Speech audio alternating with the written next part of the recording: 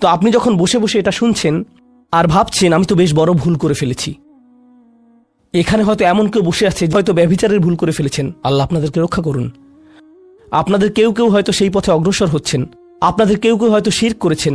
সকল ধরনের অপরাধ সংঘটিত হচ্ছে আর মানুষ সকল ধরনের অপরাধে লিপ্ত হচ্ছে। আপনি যদি তওবা করেন এবং আল্লাহর কাছে ফিরে আসেন, এই সকল অপরাধ শেষ হয়ে যাবে। কিন্তু এরপর আপনাকে ভালো পথে চলতে হবে। ও আমিলা আমালান সলিহা ফাউলাইকা ইউবাদদিলুল্লাহু সাইয়্যাতিহিম হাসানাত।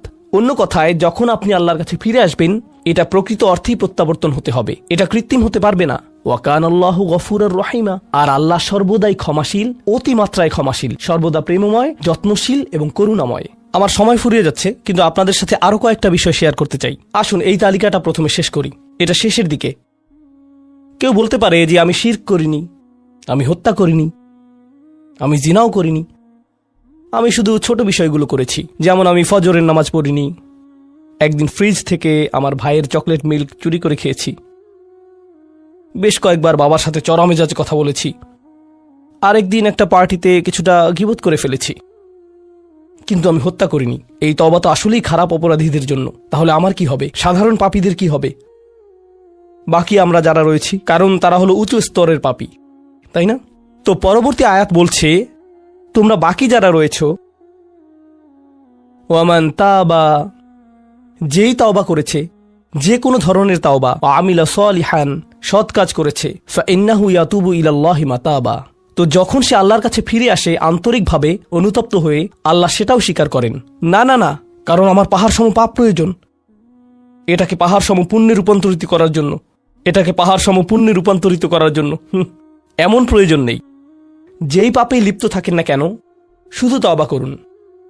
ফাইন্নাহু ইয়াতুবু ইলাল্লাহি মাতাবা ওয়াল্লাযীনা লা ইয়াশহাদুনা যুর।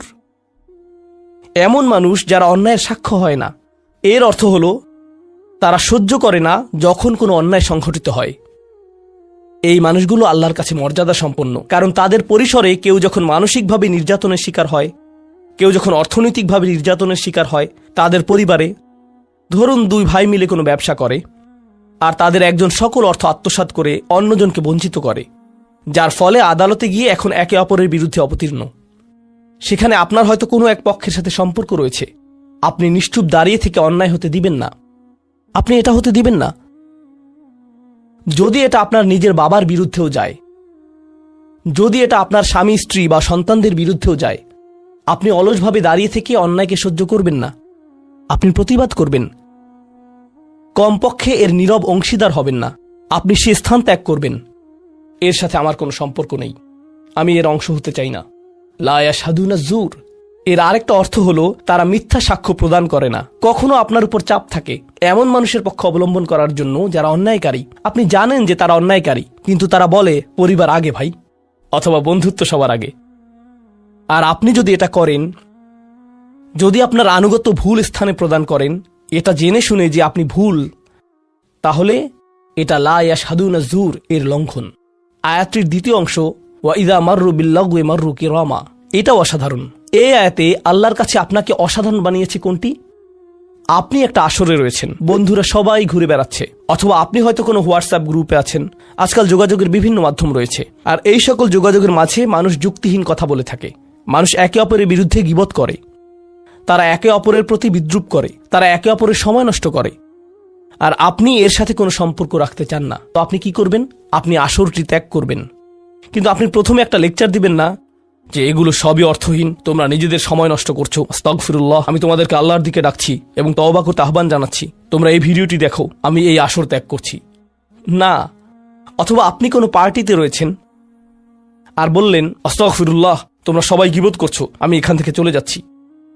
ওয়া ইযা মাররু বিল্লাগwi মাররু কিরামা, যখন তারা এই ধরনের আসরের পাশ দিয়ে যায়, যখন তারা এই ধরনের পরিস্থিতির সম্মুখীন হয়, তারা সেখান থেকে বেরিয়ে আসে সম্মানজনক উপায়ে, মাররু কিরামা। অন্য কথায়, তারা তাদের নিজস্ব মর্যাদা রক্ষা করে, তারা এমন অবস্থায় পড়ে না যা অন্যদেরকে এবং তাদের নিজেদেরকে অপমানিত করে। আর এই প্রক্রিয়ায় তারা অন্য কাউকে খারাপ বোধও করায় না, তারা সম্মানজনক অজুহাত তৈরি করে এবং নিজেদেরকে সেই পরিস্থিতি থেকে বের করে আনে। ওয়া ইযা মাররু বিল্লাগwi মাররু কিরামা। আর সবশেষে, ওয়াল্লাযীনা ইযা যুক্কিরু বিআয়াতি রাব্বিহিম লাম ইয়াখিরু আলাইহা।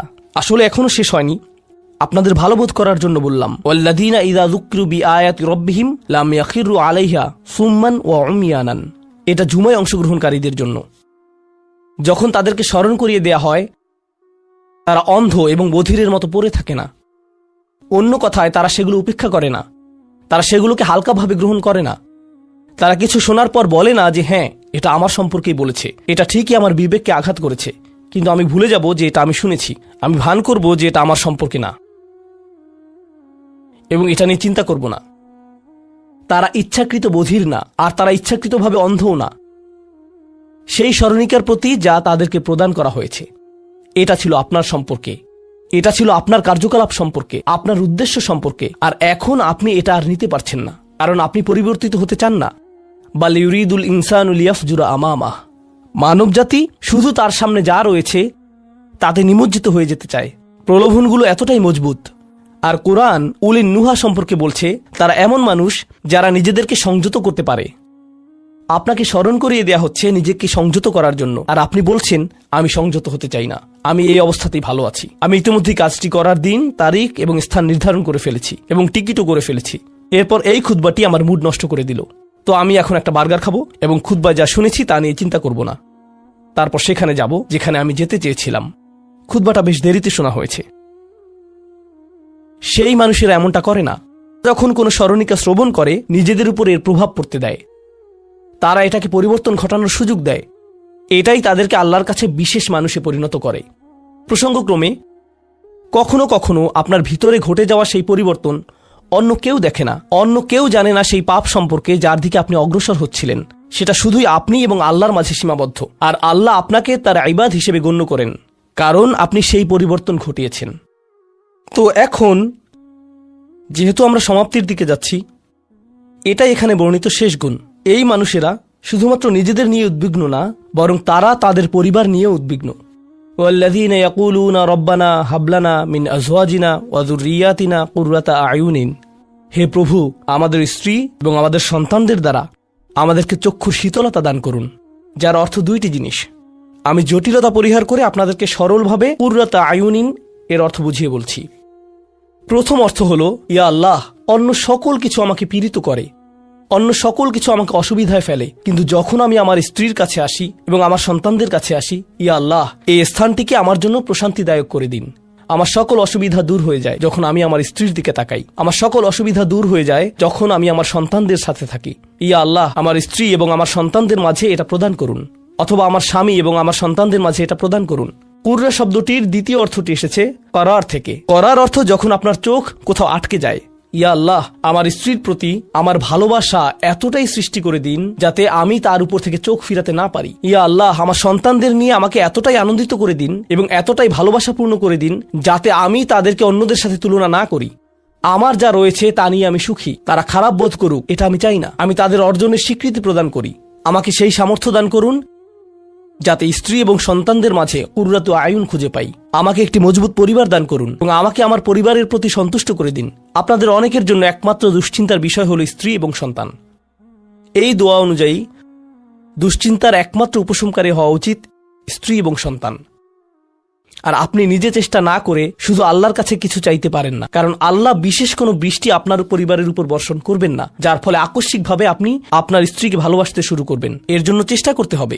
আপনার সন্তানদের সাথে সম্পর্ক উন্নয়নের জন্য আপনাকে চেষ্টা করতে হবে। এটা রাতারাতি ঘটবে না। এটা এমন জিনিস যাতে আপনাকে এবং আমাকে বিনিয়োগ করতে হবে। তো আল্লাহ আমাদেরকে সামর্থ্য দান করুন যাতে আমরা শুধুমাত্র মুখে এই দোয়া করে ক্ষান্ত না হই, বরং দোয়াটি যাতে বাস্তবায়িতও করতে পারি, কারণ আল্লাহ প্রচেষ্টার বিষয়ে জিজ্ঞেস করবেন। এমনকি সেই বিখ্যাত দোয়াটির শেষেও এটা এসেছে, রব্বানা আতিনা ফিদ দুনিয়া হাসানা ওয়া ফিল আখিরাতি হাসানা ওয়া কিনা আযাবান নার। বিখ্যাত একটি দোয়া, তাই না? আমাদেরকে এই জীবনের সর্বোচ্চটা দান করুন, পরের জীবনেরও সর্বোচ্চটা দান করুন, আমাদেরকে জাহান্নামের শাস্তি থেকে রক্ষা করুন। এরপরে আল্লাহ কি বলছেন?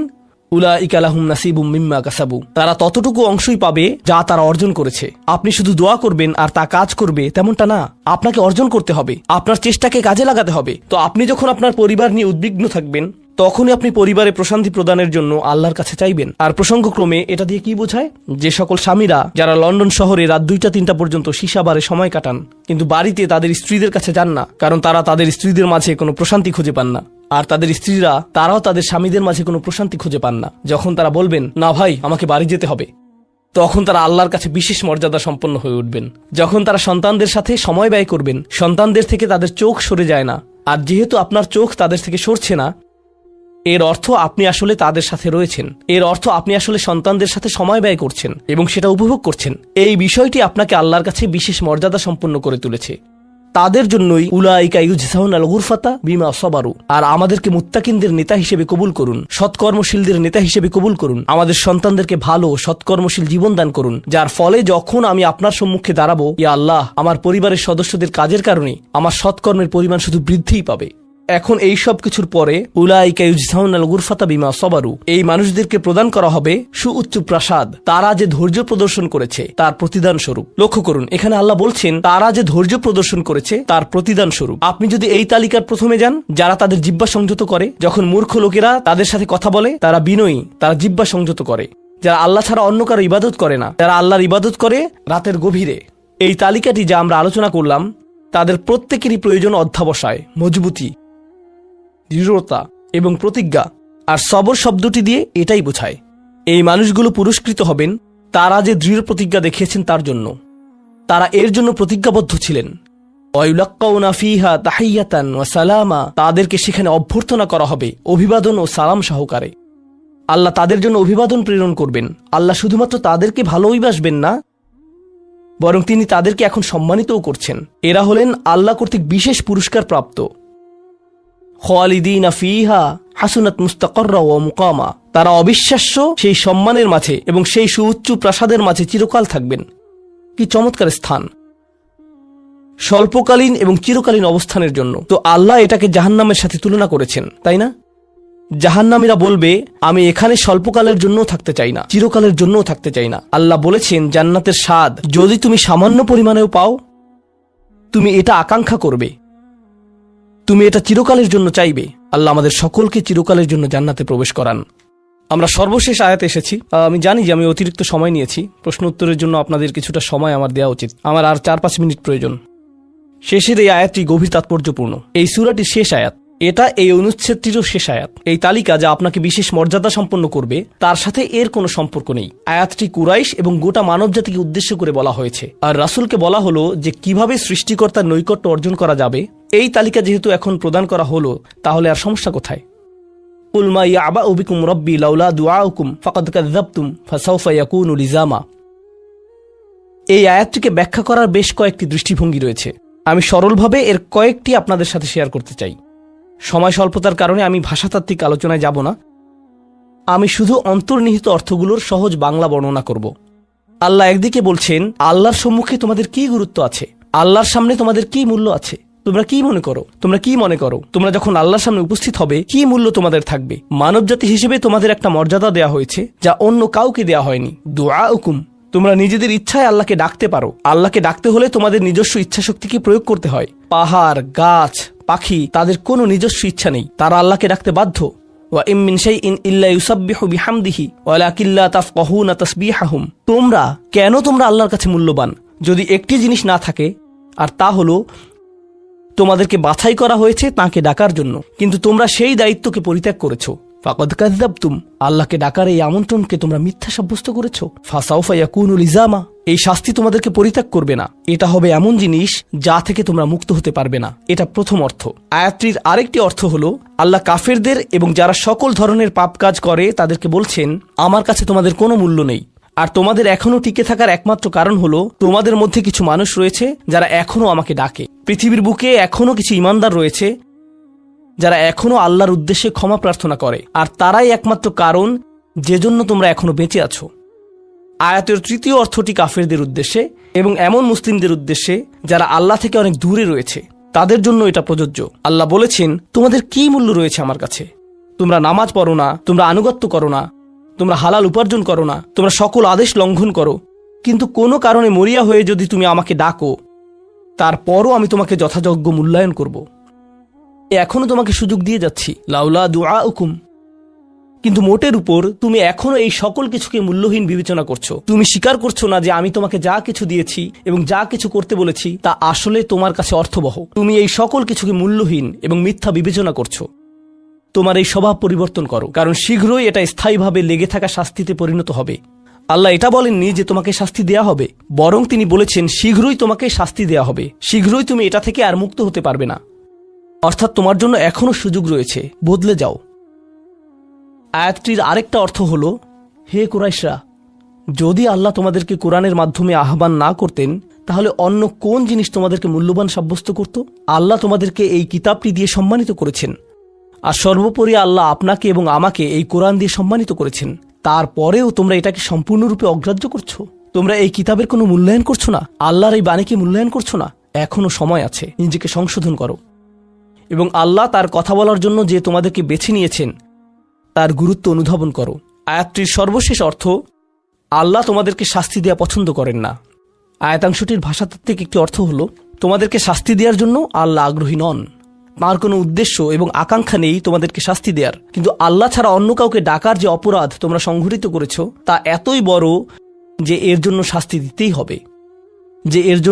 দিতেই হবে। অন্য কথায় আল্লাহ আপনাকে শাস্তি দিচ্ছেন যদিও তিনি চান না। মা ইয়াফআলুল্লাহু বিআযাবিকুম, তোমাদেরকে শাস্তি দিয়ে আল্লাহর কোনো প্রাপ্তি নেই। আপনাকে শাস্তি দিয়ে আল্লাহর কি পাওয়ার আছে? আল্লাহ এখানে বলছেন, আমি তোমাদেরকে শাস্তি দিতে চাই না, কিন্তু তোমাদের অপরাধগুলো অনেক বড়, আর শীঘ্রই এই শাস্তি স্থায়ী হয়ে যাবে। এই মুহূর্তে এগুলো অস্থায়ী, তোমরা এগুলো মুছে ফেলতে পারো। তাই এখনো ফিরে আসো, আল্লাহর দিকে ফিরে আসো। আমাদেরকে এই সকল সুযোগ দেবার পর শুধুমাত্র তার কাছে ফিরে আসাই না, বরং তার নৈকট্য লাভের সুযোগ দেওয়ার পর সবশেষে তিনি বলছেন, কেন তোমরা শাস্তি পেতে চাও?